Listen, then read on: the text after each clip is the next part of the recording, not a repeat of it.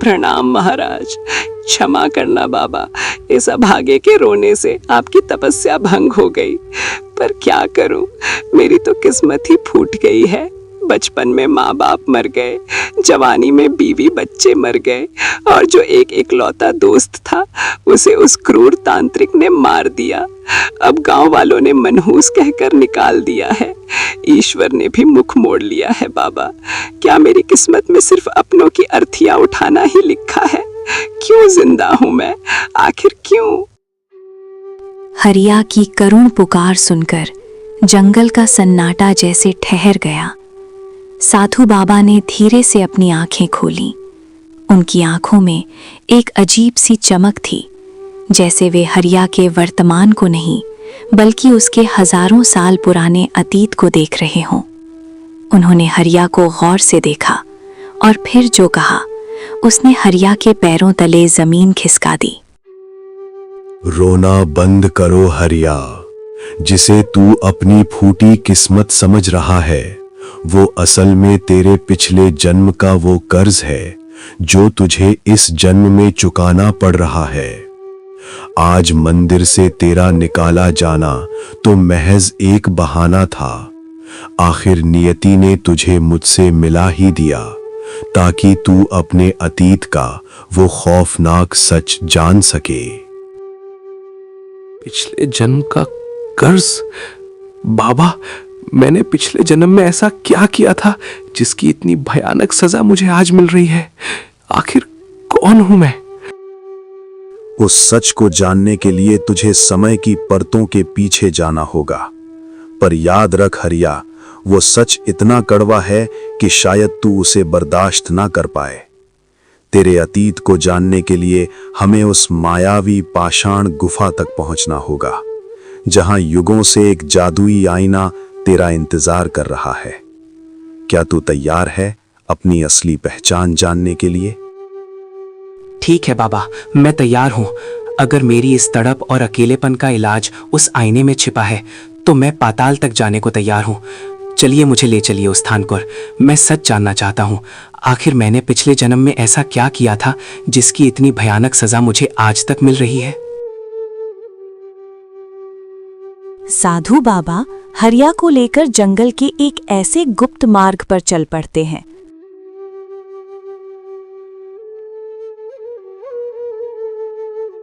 अंत में वे एक प्राचीन गुफा के अंदर पहुंचते हैं, जहां एक विशाल जादुई आईना स्थापित था।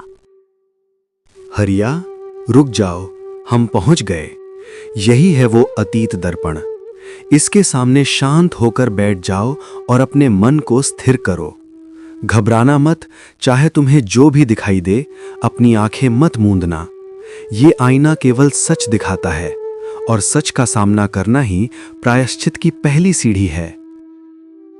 बाबा, इस आईने को देखकर मेरे शरीर में एक अजीब सी झंझनाहट हो रही है।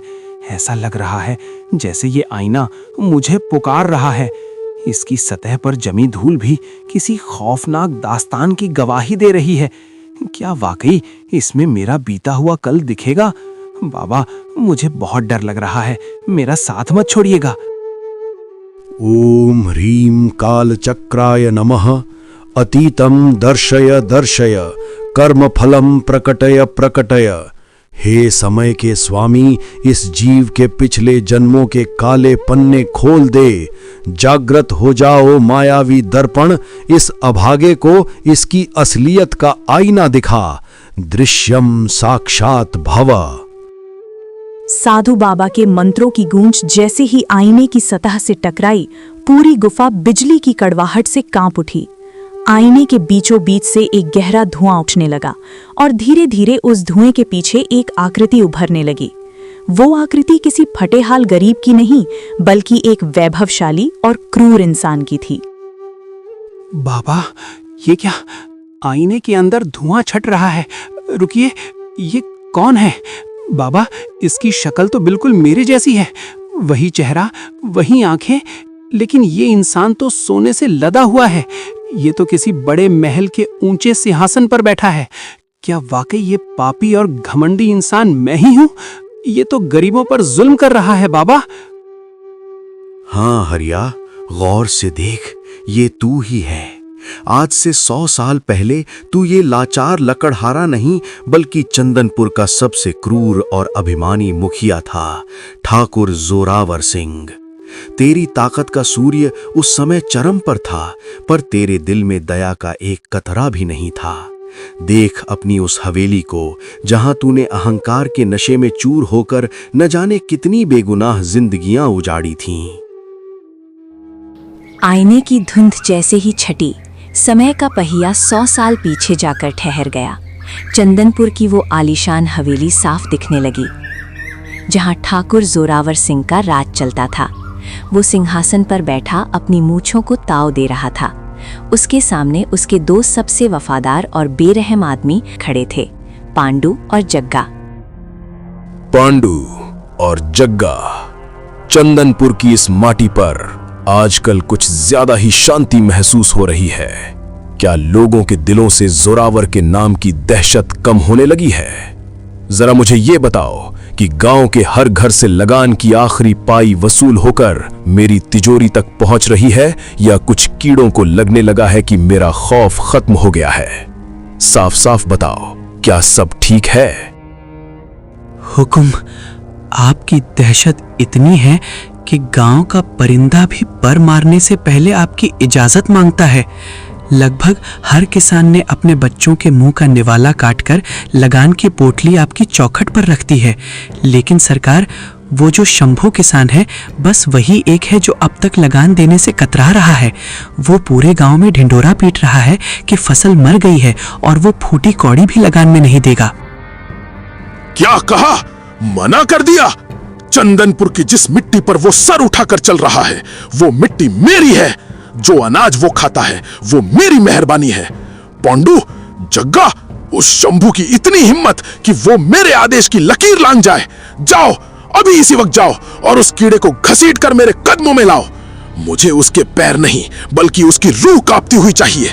उसे एहसास कराओ कि जोरावर की उधारी मौत से भी ज्यादा भारी होती है। जाओ।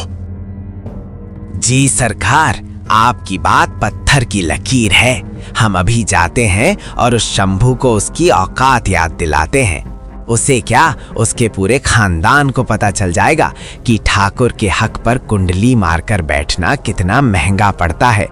हम उसे अभी घसीट कर आपके कदमों में डाल देंगे, ताकि दोबारा कोई सर उठाने की जुर्रत ना करे। जग्गा, अपनी लाठी उठा।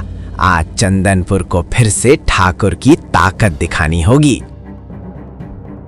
ठाकुर का आदेश मिलते ही पांडु और जग्गा मजबूत कदम बढ़ाते हुए शंभू की झोपड़ी की ओर दौड़ पड़े। गांव की गलियों में सन्नाटा पसर गया और लोग डर के मारे अपने दरवाजे बंद करने लगे। शंभू की झोपड़ी के बाहर पांडु और जग्गा पहुंच गए। बाहर निकल ओए शंभू, बहुत बड़ा शूरवीर बन रहा था ना। ठाकुर साहब की अदालत में तेरी पेशी है। तूने लगान न देकर अपनी मौत को खुद दावत दी है। चल, अब तुझे घसीटकर हवेली ले जाने का हुक्म मिला है। उठ और चल, वरना यहीं तेरा बुरा हाल कर दूंगा। ठाकुर का हुक्म टालने का अंजाम क्या होता है, ये आज तुझे अच्छे से समझ आ जाएगा। पांडु भाई, जग्गा भाई, दया करो, मेरे बच्चे छोटे हैं, वे ये सब देखकर सहम जाएंगे। मैं कल सुबह खुद हवेली आ जाऊंगा। मैं कहीं भागा नहीं जा रहा। बस एक रात की मोहलत दे दो। ठाकुर साहब को कह दो कि फसल सूख चुकी है, मेरे पास देने को कुछ नहीं है। भगवान के लिए मुझे मत ले जाओ, मेरे छोटे बच्चों पर रहम करो। रहम? ठाकुर के डिक्शनरी में रहम जैसा कोई शब्द नहीं है। तूने हुक्म टालकर अपनी तकदीर खुद बिगाड़ी है। अब रोने से कुछ नहीं होगा। जग्गा, पकड़ इसकी टांगे और घसीटते हुए ले चल। हवेली तक पहुंचते पहुंचते इसकी लगान ना देने की सारी गर्मी शांत हो जानी चाहिए। हवेली का रास्ता इसके आंसुओं से नहीं, इसके डर से भरा होना चाहिए। पांडु और जग्गा ने शंभू को बेरहमी से घसीटते हुए हवेली के पथरीले आंगन में लाकर पटक दिया। शंभू की आंखों में मौत का खौफ साफ दिख रहा था। हवेली की ऊंची दीवारों ने न जाने कितनी ऐसी चीखें सुनी थीं, पर आज जो होने वाला था वो चंदनपुर के इतिहास को बदलने वाला था। हुकुम, इस कीड़े को आपके कदमों में ले आए हैं। बहुत बड़ी बड़ी बातें कर रहा था अपनी झोपड़ी में, पर हमारी एक लाठी पड़ते ही इसके सुर बदल गए। अब आप ही इसका न्याय कीजिए सरकार, ताकि गांव का हर किसान समझ जाए कि ठाकुर की दहलीज पर झुकना ही उनकी सलामती है। बोलो शंभू, अब बोल अपनी मजबूरी का रोना। मुझे बहानों की जरूरत नहीं है शंभू। सुना है तूने गांव भर में ढिंढोरा पीटा है कि फसल मर गई है और तू लगान नहीं देगा। क्या तुझे लगा था कि जोरावर के हाथ कमजोर पड़ गए हैं या मेरी तलवार की धार कुंद हो गई है? तूने मेरी हुकूमत को ललकारा है और जोरावर की अदालत में गुस्ताखी की सजा सिर्फ तबाही होती है। सरकार, रहम कीजिए, आसमान से आग बरस रही है, खेतों में दरारें पड़ गई हैं, मैं अनाज कहां से लाऊं? मेरे छोटे छोटे बच्चे भूखे पेट सो रहे हैं ठाकुर साहब। मैं हाथ जोड़ता हूं, बस एक बार मोहलत दे दीजिए। अगली फसल होते ही मैं दाने दाने का हिसाब कर दूंगा। क्या आपको एक गरीब की बद्दुआ से डर नहीं लगता? भगवान सब देख रहा है सरकार। भगवान? तेरा भगवान भी यहाँ आने से पहले मुझसे इजाजत लेता है शंभू? तू मोहलत मांग रहा है? जोरावर की मोहर एक बार कागज पर लग जाए तो उसे खुदा भी नहीं मिटा सकता। चूंकि तूने लगान नहीं दिया, अब इसकी सजा यह है कि मैं तेरा वो 2 बीघा खेत हमेशा के लिए तुझसे छीनता हूं। आज से तेरा वो खेत मेरा हुआ। तू और तेरा परिवार अब सड़क पर सोएगा। मुझे इससे कोई फर्क नहीं पड़ता। नहीं सरकार, ऐसा अनर्थ मत कीजिए। वो खेत मेरी जान है, मेरे पुरखों की आखिरी निशानी है। अगर वो छिन गया तो हम सब जिंदा लाश बन जाएंगे। ठाकुर साहब, मैं आपकी उम्र भर गुलामी करूंगा, आपके खेतों में मुफ्त मजदूरी करूंगा। बस मेरा वो छोटा सा टुकड़ा मत छीनिए, मेरे बच्चों के सर से छत मत छीनिए। मैं आपके पैर पड़ता हूं। तेरी गुलामी की कीमत मेरी जमीन से बढ़कर नहीं है। जा और अपनी ये मनहूस सूरत यहां से ले जा। पांडु, जग्गा, इसे ले जाओ और गांव के बाहर नाले में फेंक दो। और याद रहे, कल सुबह अगर ये अपने खेत के आसपास भी दिखा तो इसकी टांगे तोड़ देना। चंदनपुर की मिट्टी पर अब सिर्फ जोरावर का नाम लिखा जाएगा। दफा हो जाए यहां से। ठीक है ठाकुर, आज आप अपनी ताकत के नशे में अंधे हो गए हैं। आपने मेरी जमीन नहीं, मेरा कलेजा निकाल लिया है। पर याद रखना, जिस मिट्टी के लिए आपने एक गरीब को तड़पाया है, यही मिट्टी एक दिन आपको भी निगल जाएगी। आज मैं रो रहा हूं, कल आप तड़पेंगे और आपको कंधा देने वाला भी कोई नहीं होगा। मेरी रूह यहीं भटकेगी और आपकी तबाही का इंतजार करेगी। जुबान संभालो अभागे। जग्गा, ले जाओ इसे यहां से, इससे पहले कि मैं अपनी तलवार इसकी गर्दन पर चला दूं। इसकी बद्दुआएं इसके साथ ही दफन हो जाएंगी। इसे बाहर फेंको। हवेली से धक्के खाकर बाहर गिरा शंभू अपनी किस्मत पर आंसू बहा रहा था। रात का सन्नाटा गहरा रहा था और उसके कानों में ठाकुर के वो शब्द गूंज रहे थे कि उसकी जमीन अब उसकी नहीं रही। वो लड़खड़ाते कदमों से अपने उसी खेत पर पहुंचा जहां उसने अपनी पूरी जिंदगी का पसीना बहाया था। उसने एक बार अपनी मिट्टी को चूमकर माथे से लगाया और एक खौफनाक फैसला ले लिया। माफ करना बच्चों, मैं तुम्हारे सर की छत नहीं बचा पाया। जिस मिट्टी को मैंने अपने खून पसीने से सींचा, आज वही मिट्टी मुझसे पराई हो गई। ठाकुर जोरावर, तूने मेरी जमीन नहीं, मेरा कलेजा निकाल लिया है। पर याद रखना, जिस जमीन के लिए तूने मुझे तड़पाया है, यही मिट्टी एक दिन तुझे भी निगल जाएगी। आज मैं इस संसार को छोड़ रहा हूं, पर मेरी आह तुझे कभी चैन से सोने नहीं देगी। पूरी रात बीत गई पर शंभू घर नहीं लौटा। उसके बच्चे और पत्नी रात भर दरवाजे पर नजरें टिकाए बैठे रहे।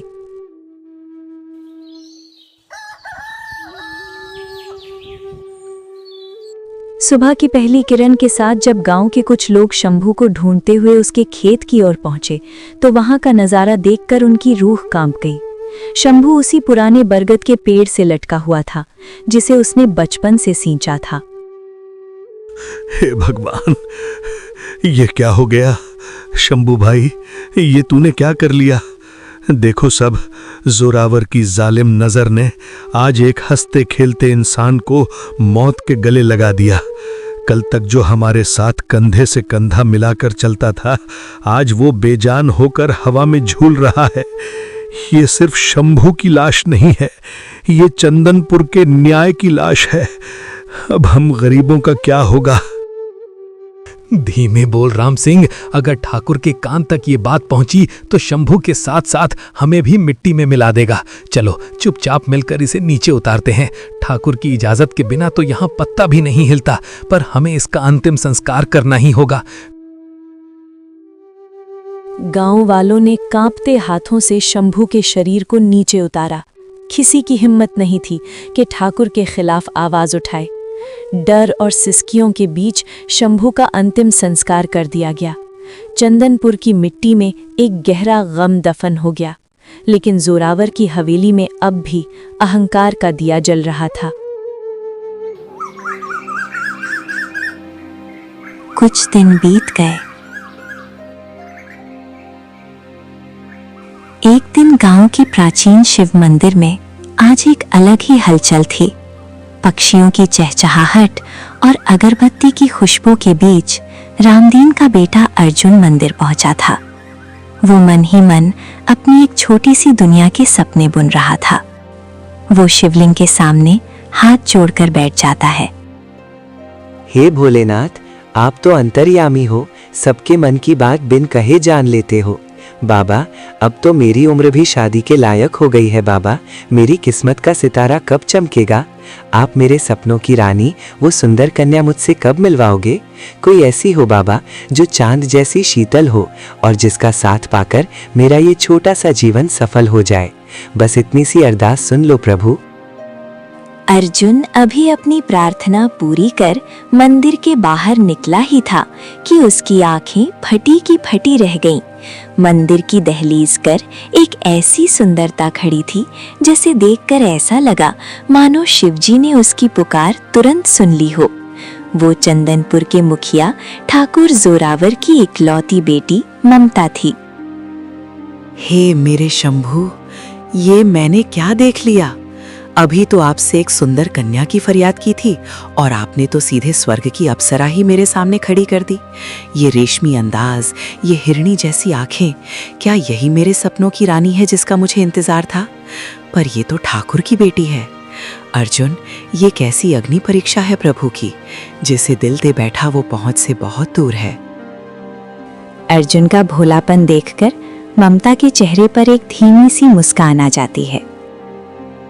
आप मंदिर से बाहर जा रहे हैं और आपकी नजरें अब भी अंदर ही टिकी हैं। क्या भूल गए आप? वैसे मैंने आपको पहले कभी यहाँ देखा नहीं। मेरा नाम ममता है और मैं अक्सर इसी वक्त बाबा के दर्शन के लिए आती हूँ। आपकी सादगी बता रही है कि आप चंदनपुर के ही रहने वाले हैं, पर आपकी आंखों में वो डर नहीं है जो अक्सर गांव वालों के चेहरे पर मेरे पिता के नाम से होता है। जी, मेरा नाम अर्जुन है। मैं तो बस अभी बाबा से एक अनमोल तोहफा मांग रहा था और जैसे ही बाहर आया वो तोहफा साक्षात मेरे सामने खड़ा मिला। माफ़ करना गुस्ताखी के लिए, पर आपकी सुंदरता और इस सादे मंदिर का मेल कुछ ऐसा है कि मेरी आंखें पलके झपकाना ही भूल गईं। ठाकुर साहब की बेटी होना आपकी पहचान हो सकती है, पर आपकी ये मासूमियत, ये तो साक्षात ईश्वर का वरदान है। इतनी मीठी बातें तो हवेली के चापलूस भी नहीं कर पाते। अर्जुन, तुम्हारा नाम बड़ा ओजस्वी है। मुझे खुशी हुई कि कोई तो है जो मुझे सिर्फ ठाकुर की बेटी नहीं बल्कि एक इंसान समझकर बात कर रहा है। बाबा ने चाहा तो हमारी मुलाकात फिर होगी। उस पहली मुलाकात ने दोनों के दिलों में एक अनजानी सी हलचल पैदा कर दी थी।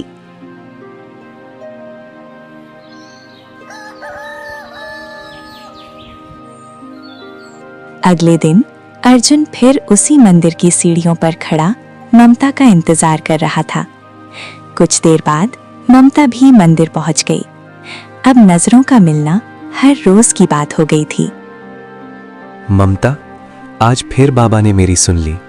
कल रात भर सो नहीं पाया, बस यही सोचता रहा कि क्या तुम फिर आओगी।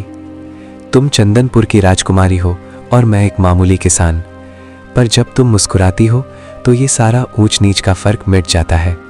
क्या तुम्हें वाकई मुझसे बात करना अच्छा लगता है या ये भी कोई सपना है? अर्जुन, हवेली की उन दीवारों के बीच मेरा दम घुटता था, जहां सिर्फ नफरत और हुक्म की आवाजें सुनाई देती हैं।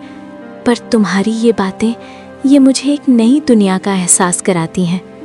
मुझे नहीं पता कि कल क्या होगा, पर आज मैं सिर्फ तुम्हारे साथ इन खुशियों के पल जीना चाहती हूँ।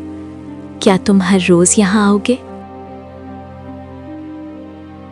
धीरे धीरे उनकी ये मुलाकातें मंदिर की सीमाओं को लांघकर गांव के बाहर बहती उस शांत नदी के किनारे पहुंच गईं, जहां सिर्फ बहते पानी का शोर था और ठंडी हवाओं का झोंका। वहां अर्जुन और ममता दुनिया के खौफ से बेखबर घंटों बैठकर अपने भविष्य के सपने बुनने लगे। ममता, देखो ये बहती नदी, ये कभी पीछे मुड़कर नहीं देखती। हमारा प्यार भी इस पानी की तरह पवित्र और निडर है। मैं जानता हूं कि ठाकुर साहब के सामने मेरी कोई हैसियत नहीं, पर मैं वादा करता हूं कि अगर तुमने मेरा साथ दिया तो मैं तुम्हें दुनिया की हर खुशी दूंगा। क्या तुम्हें गरीब के घर की रौनक बनोगी? महल और जेवर सिर्फ शरीर को सजाते हैं अर्जुन, रूह को तो सिर्फ सच्चा प्यार ही सुकून देता है। मुझे पिताजी की वो दौलत नहीं चाहिए जो गरीबों की आहों से बनी है। मुझे तो बस तुम्हारा ये साथ चाहिए। मैं मरते दम तक तुम्हारा हाथ नहीं छोड़ूंगी, चाहे इसके लिए मुझे पूरी दुनिया से ही क्यों न लड़ना पड़े। मेरा हर जन्म अब तुम्हारे नाम है। मोहब्बत की ये कहानी अपनी पूरी रंगत में थी, पर वे ये भूल गए थे कि ठाकुर जोरावर के कान और आंखें हर जगह मौजूद हैं। जग्गा, जो कई दिनों से ममता की हर हरकत पर शक कर रहा था, आज साए की तरह उनके पीछे नदी किनारे पहुंच गया। झाड़ियों के पीछे छिपे जग्गा की आंखों में खून उतर आया। तो ये खिचड़ी पक रही है ठाकुर की नाक के नीचे। रामदीन का ये मामूली सा छोरा अब ठाकुर की इज्जत पर हाथ डालने चला है। जग्गा की मौजूदगी में इतना बड़ा पाप। अर्जुन, तूने शेरनी के मुंह में हाथ डाला है। अब देख मैं कैसे ये खबर ठाकुर साहब तक पहुंचाता हूं और फिर तेरा ये आशिकाना अंदाज हमेशा के लिए शमशान में दफन कर दूंगा। जग्गा वहां से भागते हुए सीधा ठाकुर की हवेली पहुंचता है। उस समय ठाकुर जोरावर अपने दरबार में बैठकर आराम कर रहा था। जग्गा को इस तरह हांफते देख ठाकुर का माथा ठनका। क्या हुआ जग्गा? ऐसा लग रहा है जैसे तूने कोई साक्षात यमराज देख लिया हो। इस तरह क्यों हांफ रहा है? साफ साफ बता, क्या चंदनपुर में फिर किसी ने बगावत की हिम्मत की है या किसी और की शामत आई है? बोल, चुप क्यों है? हुकुम, बात किसी बगावत की नहीं, आपकी पगड़ी की है। वो रामदीन का छोरा अर्जुन, उसने अपनी सीमा लांघ दी है। वो और आपकी बेटी ममता के साथ नदी के किनारे अकेला बैठा था। मैंने अपनी इन आंखों से उन्हें हाथ में हाथ डाले देखा है मालिक। वो मामूली कीड़ा आपकी लाडली को अपने जाल में फंसा चुका है। अब देर की तो पूरे गांव में आपकी इज्जत नीलाम हो जाएगी। जग्गा की बात सुनते ही ठाकुर जोरावर का गुस्सा 7वें आसमान पर था। उसकी आंखों में जैसे साक्षात यमराज उतर आए हों। हवेली की दीवारें ठाकुर की दहाड़ से कांप उठीं। आज उसकी इज्जत पर उस शख्स ने हाथ डाला था जिसकी हैसियत उसकी जूतियों के बराबर भी नहीं थी। क्या कहा? उस 2 कौड़ी के मजदूर की इतनी हिम्मत? रामदीन के उस छोरे ने जोरावर की पगड़ी पर हाथ डालने की जुर्रत की है? जग्गा, पांडु, अगर ये खबर सच है तो आज चंदनपुर की नदी का पानी लाल होगा। मेरी अपनी औलाद ने मेरी पीठ में छुरा घोंपा है। जाओ, अभी इसी वक्त जाओ और उन दोनों को वहीं नदी के किनारे से उठा लाओ। अर्जुन को जिंदा चाहिए मुझे, ताकि उसकी मौत को मैं खुद एक तमाशा बना सकूं। हुक्म, आप चिंता ना करें। जग्गा और मैं अभी जाते हैं और उस अर्जुन की हड्डियां वहीं गला देते हैं। उसने आग से खेलने की कोशिश की है, अब उसे जलना ही होगा। हम उन दोनों को घसीटते हुए आपके कदमों में लाएंगे। आज के बाद कोई दूसरा आदमी ठाकुर की हवेली की ओर आंख उठाकर देखने की भी हिम्मत नहीं करेगा। जग्गा, अपनी लाठी उठा और चल।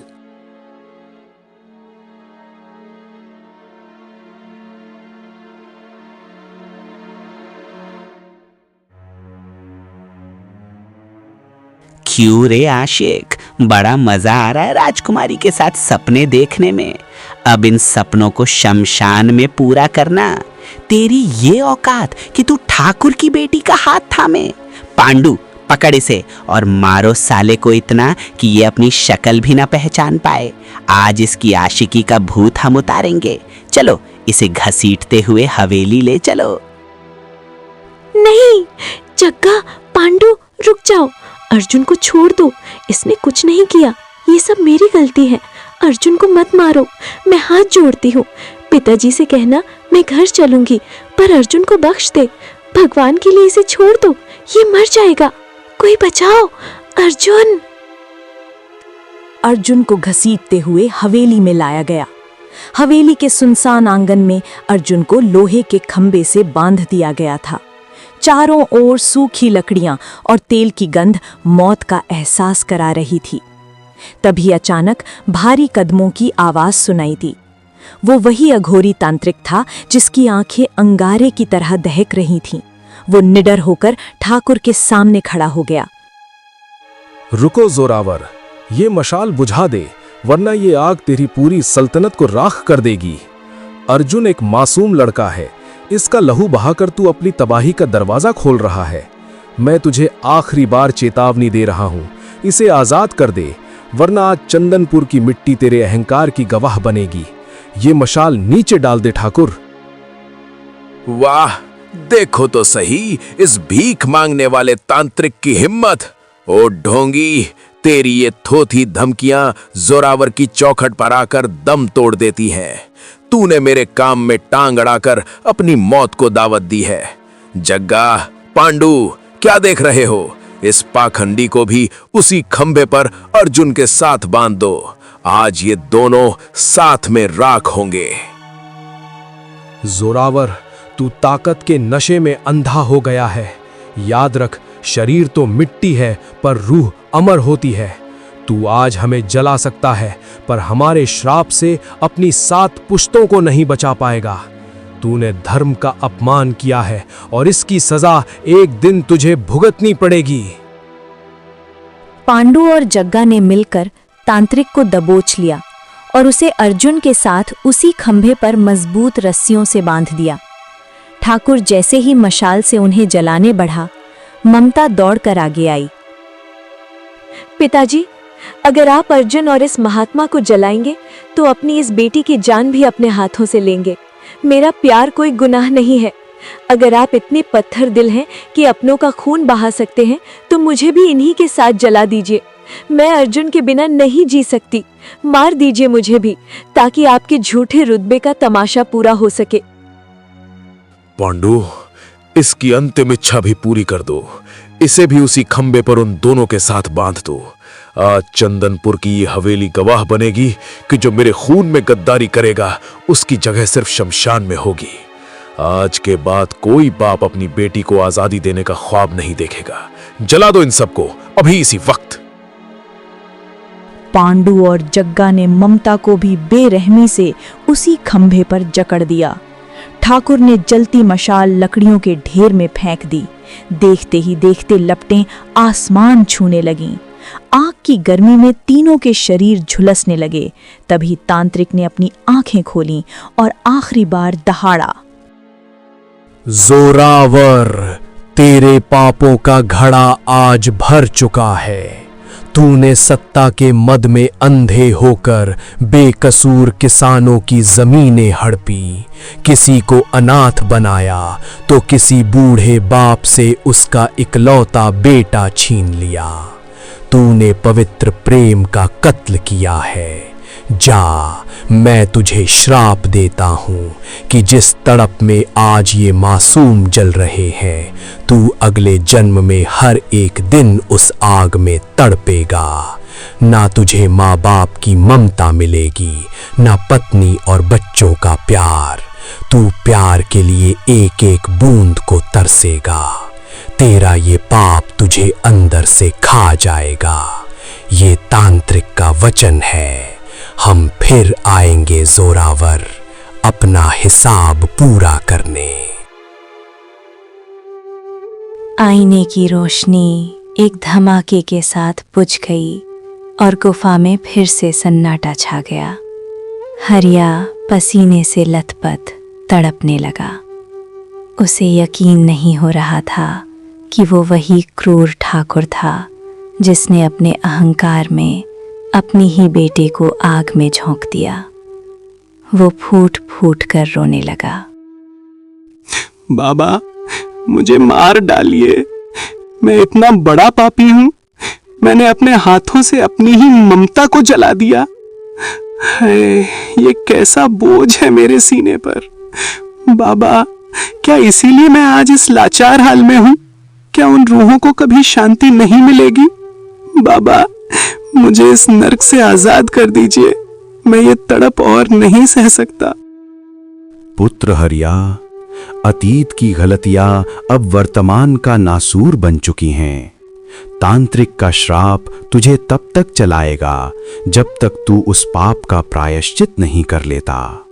पर सावधान रहे, क्योंकि वो रूहें आज भी भटक रही हैं और वे अपना हिसाब पूरा करने के लिए तेरे करीब आ रही हैं। क्या तू उनका सामना करने की हिम्मत रखता है? असली इंसाफ तो अब शुरू होगा। अगर आपको ये कहानी पसंद आई हो तो लाइक करें, अपने दोस्तों के साथ शेयर करें और अपनी राय कमेंट में बताएं। आपका साथ हमें और भी मजेदार और प्रेरणादायक कहानियां लाने की ताकत देता है। तो सब्सक्राइब करके हमें और ज्यादा मेहनत करने का हौसला दें। Thanks for watching.